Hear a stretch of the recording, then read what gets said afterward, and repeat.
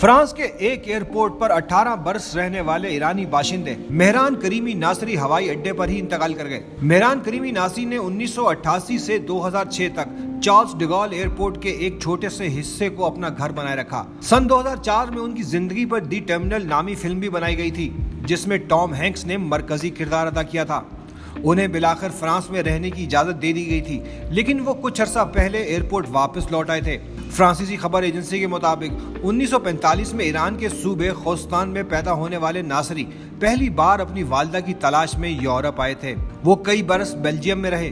उन्हें नेदरलैंड्स, बर्तानिया और जर्मनी ने दुरुस्त कागजात न होने की बिना पर निकाल दिया था। उसके बाद मेहरान करीमी फ्रांस चले गए, जहां उन्होंने एयरपोर्ट के टर्मिनल 2F को अपना घर बनाया।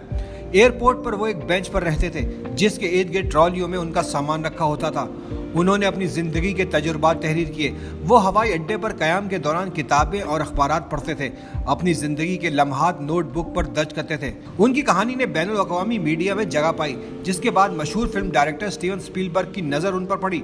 उन्होंने दी टर्मिनल फिल्म की हिदायतकारी की, जिसमें टॉम हैंक्स और कैथरीन ज़ीटा-जोन्स ने अदाकारी की। मीडिया के मुताबिक करीमी खुद को सर एल्फ्रेड कहलाना पसंद करते थे। उनकी शोहरत दुनिया के कोने कोने तक पहुंची। दुनिया भर से सहाफ़ी और लोग उनकी हालत जानने के लिए पहुंचते।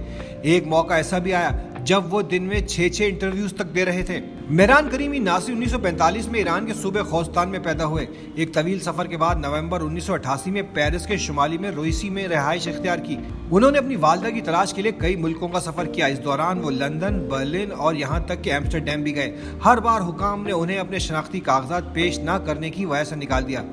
सन 1999 में पनाह गुज़ीन की हैसियत मिलने और फ्रांस में रहाइश का हक मिलने के बावजूद वो 2006 तक एयरपोर्ट पर रहे।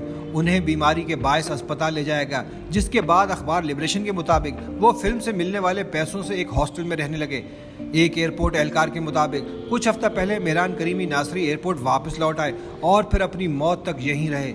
एयरपोर्ट हुकाम के मुताबिक मौत के वक्त मेहरान करीमी के पास कई हज़ार यूरोज थे।